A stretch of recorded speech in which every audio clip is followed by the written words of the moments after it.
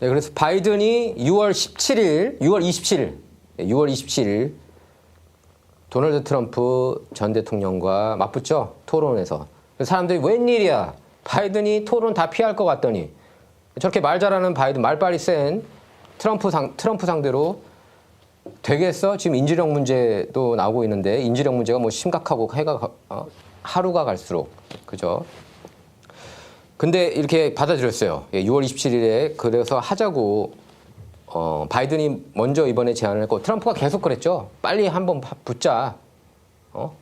토론에서 한판 붙자 이렇게 얘기를 했는데 그 바이든이 이제 트위터 X에 글을 올려서 CNN 방송이 제안한 6월 27일 트럼프하고 토론을 받아들인다고 그렇게 밝혔습니다. 여러분께서는 어떻게 보세요? 이 둘이 맞붙으면은 누가 더 잘할 것 같습니까? 둘이 2020년 토론 때 두 번 맞붙은 적이 있었어요. 두 번 맞붙은 적이 있었는데 첫 토론 때는 솔직히 냉정하게 객관적으로 봐서 트럼프가 기대 이하였어요. 기대 이하였고 너무 이렇게 좀 바이든이 말할 때 좀 너무 방해를 좀 많이 했다고 해야 될까요? 근데 그때 이제 그게 코로나 걸려서 약간 그런 거 아니냐 이런 얘기도 나왔습니다. 얼마 뒤에 이제 코로나 양성 반응으로 2차 토론이 취소가 됐었습니다. 다음 장면 볼까요? 자, 근데 이제 조건들을 막 이렇게 내걸었어요. 바이든 쪽에서. 관객이 있으면 안 된다. 예? 왜 그럴까요? 관객들이 다 트럼프한테 박수 칠까 봐 그런 걸까요? 아니면은 야, 쟤 왜 이렇게 못해? 바이든 보면서 이런 반응 나올까 봐 그런 걸까요? 걱정돼서 그런 걸까요?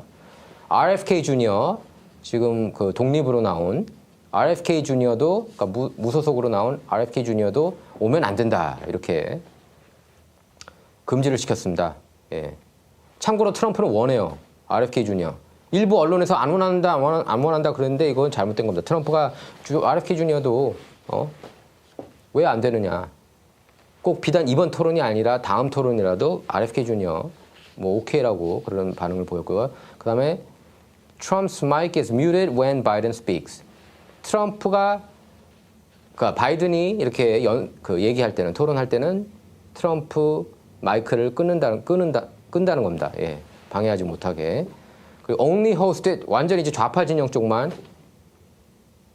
토론을 주최할 수 있도록 그런 조건을 내걸었어요. NPR 완전 좌파 방송이죠. 예.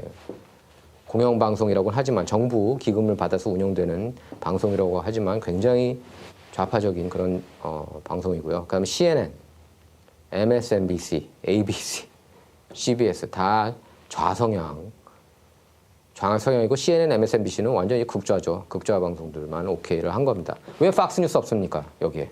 예? 왜 에포크 타임스나 뭐 이런 데는 왜 안 넣어요? 자, moderated by Democrat aligned reporter. 그리고 토론 진행자들도 민주당원 아니면 친민주당 기자들만 가능한 조건으로 이렇게 내걸었다는 거예요. 근데 제가 볼 때 트럼프는 그런 조건이라도 상관없다 하자 이런 것 같습니다. 또 원했고 트럼프가 anywhere, anytime 언제 어디서든. 그러니까 뭐 악조건 속에서도 괜찮다는 거죠. 어쨌든 트럼프는 무조건 다 악조건 상황에서 치러왔어요. 2016년 대선 경선 때부터 계속 악조건이었습니다. 여러분께서 기억하시잖아요. 대선 경선 때 어땠습니까? 맥인 켈리, 말이 팍스뉴스지 바로 공격적인 질문부터 던져가지고 맥인 켈리하고 지금까지도 사이가 좀 껄끄럽지 않습니까? 팍스뉴스 간판 앵커였어요. 맥인 켈리 같은 경우에는. 그리고 뭐 브렛 베어도 그렇게 뭐 친 트럼프 뭐 팍스뉴스긴 했지만 그렇게 트럼프한테 호의적이지 않았고 그다음에 대선 토론 트럼프하고 힐러리 대선 토론 때도 뭐 마르사 라디츠 굉장히 이제 진보적인 그런 기자고 뭐 보수적인 인물은 한 명도 생각 안 나요. 진행자 보면 다 좌성향 좌파 인물들이 진행을 했고 이번에도 마찬가지예요. 이번에도 지금 보면은 아까 2020년 때도 그때 크리스 월러스도 팍스뉴스에서 일을 했던 사람이긴 하지만 그 아버지만 못하죠. 마이크 월러스, 60 Minutes로 유명세를 떨쳤던 마이크 월러스만큼 아버지만한 아들 없다고 딱 그 모양이에요. 크리스 월러스는 그냥 아무도 제가 볼 땐 주변에서 그 사람 대단하다 이렇게 생각하는 사람 없는 것 같아요. 근데 크리스 월러스가 이제 CNN으로 가가지고 지금은 CNN은 갔죠. 근데 그것도 거기서도 이제 시청률 실패하면서 날아갔는데 케이블 채널에서는 인터넷 방송만 좀 하고 있는 걸로 알고 있는데 어쨌든 그 크리스 월레스도 트럼프한테 좀 적대적이었고 뭐 하나같이 앤더슨 쿠퍼도 CNN이었죠. 하나같이 없어요. 안티 트럼프 인물들이 다 진행을 했습니다. 제가 볼 때는. 그다음에 친 바이든, 친 오바마, 친 힐러리 이런 인물들이 다 진행을 맡아왔어요. 그 대선 토론을 보면. 그래서 이제 공화당 전국위원회가 대통령 선거 토론 보이콧 들어가지 않았습니까? 2021년에 보이콧을 선언한 것으로 기억을 해요. 그래서 2024년 이거 규정 안 바뀌면은 안 하겠다고. 그러니까 규정에는 뭐 그런 거죠. 보수 농객들도 그 외에도 안 넣어. 그러면은 예를 들면은 그 비벡 라마스와미가 그렇게 얘기를 했잖아요. 대선 경선 때도 어떻게 MBC 좌파적인 인물들만 이렇게 토론을 결혼까지 우리 당내에서 하는 건데 그걸 라나 맥다니엘 전 공화당 전국위원회 위원장이 오케이한 거는 문제가 있다. 100% 맞는 말입니다. 왜 이거를 예를 들어서 터커 카를슨이나 일론 머스크나 예? 이런 뭐 조 로건이나 이런 인물들 보수 진영이 또 인정할 만한 인물들 예를 들면 일론 머스크나 조 로건 같은 경우는 보수적인 인물도 아니잖아요. 일론 머스크는 전기차 만들고 원래 진보 진영에 있던 분이었고 조 로건도 강성 진보고 그 버니 샌더스 지지했었고 지난 2016년 대선 때 왜 그런 사람들이라도 좀 중도적인 인물들 좀 고르자. 맨날 좌파 인물만 고르지 말고 이 얘기를 비벡 라마스와미가 한 건데 그래서 이 토론을 놓고도 굉장히 말이 많아요. 또 선거 또 장난질한다. 또 리그하고 있다. 이런 얘기가 나오고 있는 겁니다. 다음 장면 볼까요? 이번에 진행하는 것도 완전 대표적인 CNN의 안티 트럼퍼 제이크 태퍼 그리고 안티 트럼퍼 역시 그 아나운서죠. 데이나 배시 이 둘이 진행을 합니다. 앵커예요. 예, 데이나 배시는 앵커고 예, 어쨌든 제이크 태퍼하고 데이나 배시가 이렇게 진행을 하는데 당연히 이제 트럼프는 1대3으로 싸우는 거죠. 그래가지고 2016년 대선 토론 때 트럼프가 그 얘기를 한번 했습니다. 야, 이거 1대1로 맞붙네. 마르사 라렛하고 제 기억으로 마르사 라렛하고 앤더슨 쿠퍼한테 계속 이렇게 공격당하는 질문하고 야, 너네는 왜 이메일 질문 안 던져? 힐러리한테. 응? 완전히 3대1로 내가 싸우고 있구만. 딱 그 얘기를 했거든요. 과거 밋 롬니 같은 경우에는 그냥 두들겨 맞았을 거예요. 2012년 때 대선 토론 때 보면은 항의 한마디 못하고 바보같이 이렇게 당하는 모습만 보는데 트럼프가 그런 스타일입니까? 그러니까 트럼프는 1대3으로 싸운다는 생각으로 임하고 이게 트럼프한테 유리하게 작용할 거라고 계산을 하는 것 같아요. 이렇게 언론들이 못 잡아먹어서 안달이고 사법 리스크까지 이렇게 걸고 넘어지는 모습도 많은 사람이 지금 보고 있는데 토론까지 3대1로 이렇게 싸워? 국민들한테 이제 그렇게 비춰질 거라고 봐요. 그렇기 때문에 이제 트럼프가 여론조사에서 이렇게 좀 앞서고 있는 모양새로 나오고 있다고 보고 있고요. 다음 장면 볼까요? 제이크 태퍼는 특히 얼마 전에도 트럼프 보고 히틀러라고 그랬어. 트럼프 보고. 아니 트럼프를 히틀러라고 생각하는 인간이 진행하면 됩니까? 자, 바이든 이게 누가 이렇게 트윗에 올렸는데 딱 맞아떨어지는 것 같아요. Biden's accomplishments after nearly 5 decades in politics. 정치에 50년 몸담지 않았습니까? 바이든은 그 전에 직장이 없었어요. 그냥 정치인이 직장입니다. 직업 정치인. 73년도에 정치 입문해서 1977 이 사람이 또 흑인들 차별하는 정책을 굉장히 지지를 많이 했습니다. Biden fights to keep schools segregated because allowing blacks to integrate would create a racial jungle. 흑인들이 백인 학생하고 같이 다니지 못하게 막은 1등 공신이에요. 바이든이. 메인스트림 미디어에서는 이거를 거의 보도하지 않고 있지만 여러분께서 아셔야 돼요. 바이든이 흑인 학생들이 백인 학생들하고 같이 이렇게 한 반에서 공부하지 못하게 한 학교에서 다니지 못하게 한 1등 장본인입니다. 장본인이라는 표현을 할게요. 장본인이에요. 장본인. 예? 정글이냐 여기가 무슨 그렇게 생각을 한 거예요. Would create a racial jungle. 코테이션이 이렇게 되어 있잖아요. Allowing blacks to integrate would create a racial jungle. 그러니까 인종차별주의자고 그리고 이 사람이 저희 KKK 단원도 좋아했어요. 바이든이. 자, 88년도 ended presidential campaign after getting caught plagiarizing. 표절 걸리면서 대선 캠페인 중단을 한 적이 있었습니다. 88년도에 민주당 유력한 대선 후보였어요. 자, Writes a Crime Bill. 자, 범죄 법안 법안 작성자입니다. 바이든. 이걸로 인해서 엄청나게 많은 흑인들이 교도소에 들어가게 됐어요. We all know how that worked out. 예? 어떻게 된지 다 여러분 알지 않느냐. 여러분께서 모르실까 봐 제가 얘기를 하는 겁니다. 크라임 빌 통과하면서 흑인들 어마어마하게 많이 이렇게 교도소행 갔고요. 교도소행 했고. 다음 장 볼까요? 자, 2010년도에 eulogizes Robert C. Byrd, former KKK recruiter. KKK 이렇게 리크루팅 하는 사람이었습니다. 하는 인간이었어요. 로버트 C. 버드가. 근데 이 사람 보면 힐러리도 그렇게 좋아하고 빌 클린턴도 좋아하고 조 바이든도 그렇게 좋아하더라고요. 예, 장례식에서 이제 유러자이스까지 하고. KKK는 참고로 민주당에서 나왔어요. 예. 여러분께서 아셔야 되는 게 에이브라함 링컨은 공화당 대통령이고 민주당 대통령이라고 착각하시는 분들이 많아서. 근데 단지 이제 Civil Acts, 그러니까 민권법을 그 린든 존슨, 존 F 케네디가 죽은 다음에 린든 존슨이 그걸 법제화하면서 대다수 공화당을 찍었던 흑인이 민주당으로 대이동을 한 겁니다. 예. 자, 2016년 Called Service Members Stupid Bastards, 비밀 경호원들을 저 바보 멍청이들이라고 그렇게 지칭을 했고요. 2017년에서 2020년 사이에는 뭐가 있습니까? Illegally retained and disclosed classified materials after his vice presidency when he was a private citizen. 민간인이 됐는데 기밀 유출했다는 겁니다.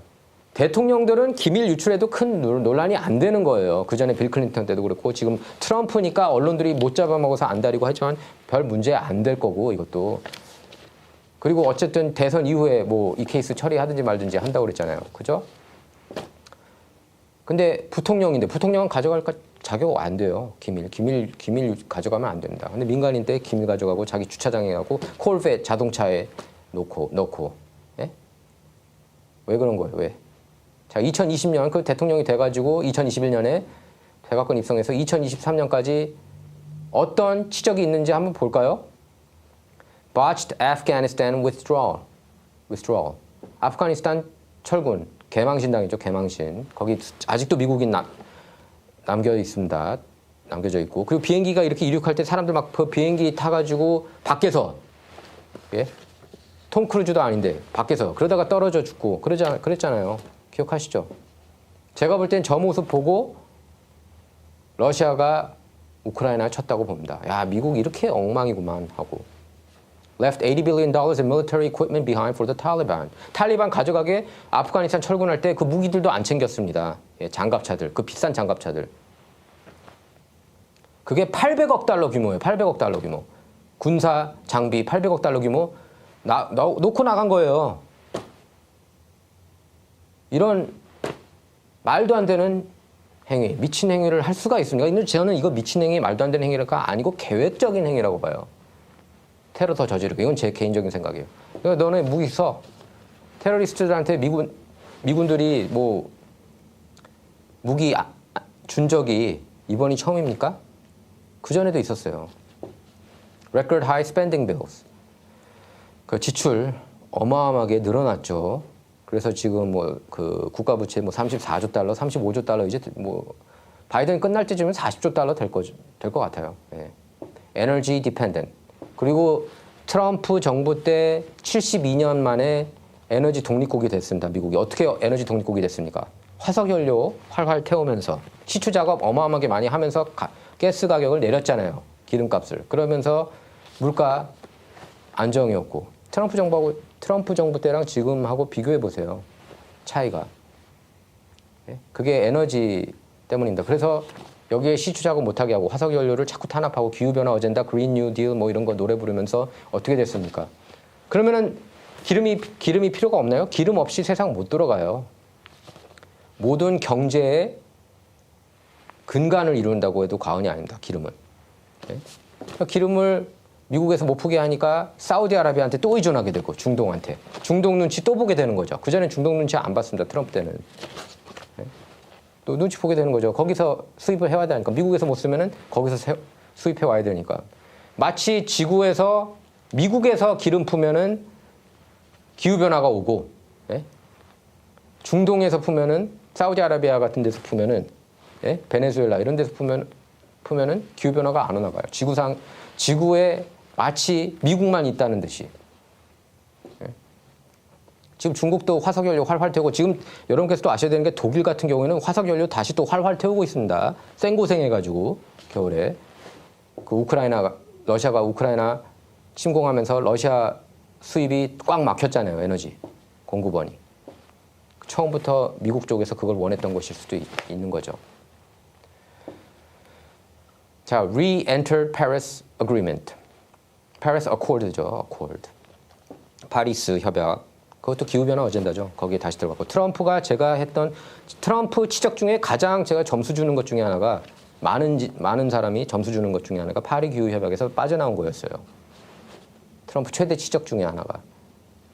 자, 오픈 보더스. 국경 확 열어놔가지고 지금 불체자가 850만 명 들어왔다고 그래요. 바이든 정부 3년 동안, 3년 반 동안.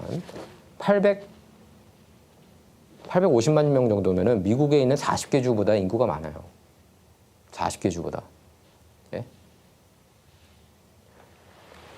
대도시 중에서도 그 뉴욕을 제외하고 1000만 되는 데가 없어요. 850만 되는 데가 없어요. LA시도 400만입니다. LA는 이제 카운티로 치면은 1000만 되지만 그거 다 우리 국민 세금으로 먹여 살려야 돼요. 그 사람들. 자, record high gas prices. 기름값 어마어마하게 많이 올랐었죠. 뭐 8불 때도 캘리포니아에서는 8불 때도 볼 수가 있었습니다.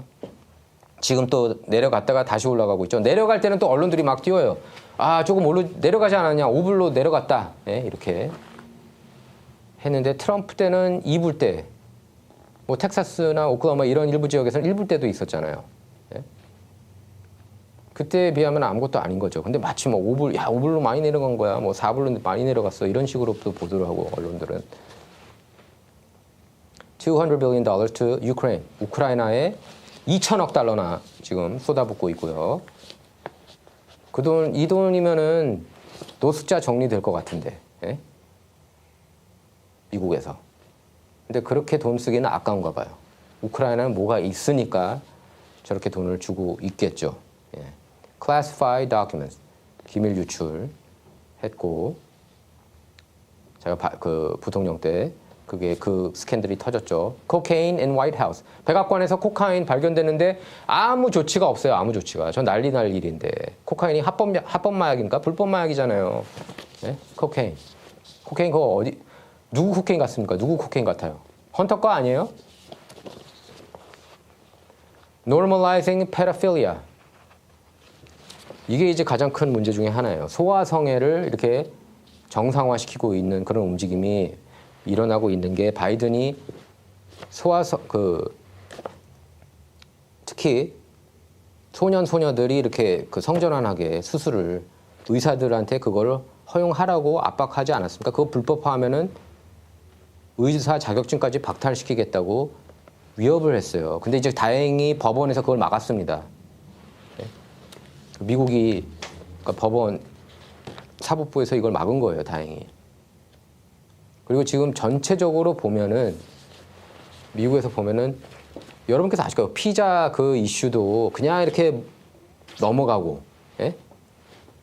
그리고 캘리포니아 같은 경우에는 14세 예를 들어 14세 소녀가 24세 성인 남자 성인하고 성관계 합의하에 예를 들어서 합의하라고 해도 그거는 statutory rape 아닙니까? 그건 강간이에요.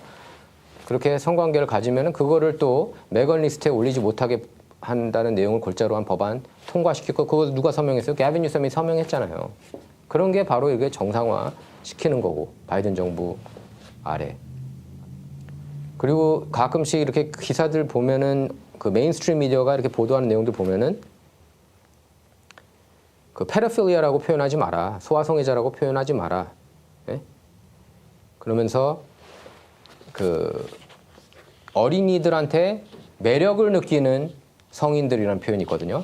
그러니까 youth attracted gender인가 뭐 하여튼 이상한 표현을 또 써요. 얘네들이 자꾸 이런 걸 또 완곡한 표현으로 돌리려고 하면서 이렇게 합법화하려고 하는 움직임이 있습니다. 예, 특히 이제 그 타겟 같은데 여러분 기억하시잖아요. 그 소아성애 그 어젠다 푸시하는 거.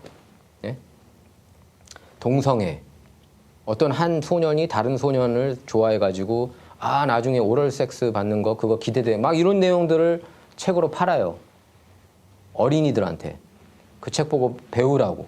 동성애는 이렇게 하는 거라고. 여자들끼리 하는 것도 어떻게 하는 건지 가르쳐주는 그런 책들도 있습니다.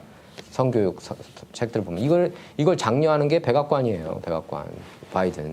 바이든이 여러분께서도 아셔야 되는 게 바이든이 동성 결혼을 미국에 합법화하게 한 주역 중에 한 명입니다. 그 사람이 오바마 정부 때 부통령일 때 동성 결혼 합법화를 지지한다고 밝혔어요. 그때 미국에 있는 그런 그 톱 리더들 중에 최초입니다. 미국 역사상 동성 결혼을 대놓고 이렇게 지지한 것. 그래서 오바마가 마지 못해서인지 이게 짜고 친 고스톱인지 모르겠어요. 짜고 친 고스톱 같아요. 제가 볼 때는. 그래서 오바마도 나중에는 동성 결혼을 지지한다고 했죠. 원래 오바마 굉장히 반대한다고 얘기했습니다. 동성 결혼을. 처음에 2008년 대선 사이클 때. 그러니까 왔다 갔다 하는 거예요. 정치적 자기네 목적을 취득하기 위해서. 그래서 얼마 전에 또 바이든이 지난주 주말이었던 것 같은데 어디 그 대학에서 이렇게 연설을 하는데 졸업연설을 하는데 뭐라고 그랬냐면은 책들 금지시키고 있는 게 잘못됐다고. 이 책들이 바로 제가 조금 전에 얘기했던 그 책들이에요. 꼬맹이들이 다른 꼬맹이들한테 어떻게 성행위를 하고 이러는 거를 가르치는 그런 책들을 금지시켰거든요. 일부에서. 그거를 비판한 겁니다. 바이든이. 여러분께서 분명하게 아셔야 돼요. 대다수 그리고 한국에 계신 분들은 트럼프 그냥 방위비 이슈만 놓고 늘어지고 있는데 이런 이슈들 때문에 트럼프가 인기가 많은 겁니다. 트럼프는 이런 걸 전면 금지하기를 원하고 특히 18세 미만 성전환은 미 전역에서 금지시키겠다고 그렇게 공약을 내걸지 않았습니까? 그러니까 한국에 계신 분들이 가끔씩 저한테 연락이 와요. 야, 어떻게 트럼프가 인기가 여전히 많냐? 그러면 제가 이런 얘기들, 관련 기사들, 그리고 영상들 이렇게 보내드리고 제 영상들도 보내드리고 관련 영상들 다른 그 영상들 보내드리면 이해를 100% 하더라고요. 제가 보낸 분들은 다 모르는 거예요. 이런 내용들을. 어린이 성전환 이슈에 대해서 모르는 겁니다. 자, $6 billion to Iran. 이란한테 60억 달러 준 건데 이 돈이 이제 사실 대한민국에서 나온 돈인데 한국이 이제 이란한테 기름을 수입을 한 것에 대한 그 대가인데 원래 그 트럼프 정부 때는 주지 말라고 했는데 이제 바이든 정부는 주라고 그렇게 얘기를 한 거죠. 한국한테. 그래서 60억 달러가 주고 얼마 뒤에 10월 7일 그 이스라엘이 하마스로부터 공격당하는 그런 사건이 일어났는데 그게 연관성이 있다고 많이들 의심을 합니다. 의혹을 제기하고 있어요. 자, most vacations taken. 바이든이 미국 역대 대통령 중 가장 휴가를 많이 보낸 대통령으로 그렇게 기록이 됐습니다. 꽤 긴데, 네. 하여튼 툭하면은 휴가예요. 바이든 보면. DOJ weaponization, Department of Justice weaponization을 얘기하는 건데 사법부 무기화, 법무부 무기화 했죠. 그래서 지금 트럼프를 탄압하고 그런 거 아니겠습니까? 그 덕분에 어떻게 보면 트럼프가 또 이렇게 쭉 올라간 거라고 볼 수가 있어요. 지지율이. 그래서 어쨌든 2024년 굉장히 좀 심상치 않아요. 여러모로. 예, 여러모로 심상치 않고 바이든이 이렇게까지 지금 미국을 엉망진창 만들어 놨는데 글쎄 재선 가능성이 전혀 거의 없어 이렇게 생각하시는 분들도 많이 있지만 저는 여전히 트럼프가 안정권에 들었다고는 저는 보지 않아요. 예, 안정권에 들었다고 보지 않고 그리고 마치 스포츠팀 응원하듯이 레이커스 팬이면 레이커스 무조건 응원하고 버스턴 셀틱스 팬이면 무조건 버스턴 셀틱스 응원하듯이 이걸 이제 그냥 무조건 나는 평생 민주당원이야 이렇게 생각하시는 분이 꽤 있거든요. 미국에서. 최소한 30에서 35%는 아마 민주당 쪽에 그런 사람들이 있다고 봐요. 물론 넘어간 사람들도 많이 있다고 봅니다. 무당파 되고 아니면 공화당원 된 분들도 많이 있다고 봐요. 특히 이제 바이든 정부 들어서. 하지만 결과라는 건 끝까지 이렇게 지켜봐야 알 수가 있습니다. 이제 첫 번째 토론 6월 27일인데 첫 번째 토론이 기대가 됩니다. 여러분께서는 어떻게 생각하십니까? 토론도 그렇고 바이든 정부 지난 3년 반 어땠는지 여러분 생각이 궁금합니다. 댓글로 달아주시기 바랍니다. 감사합니다.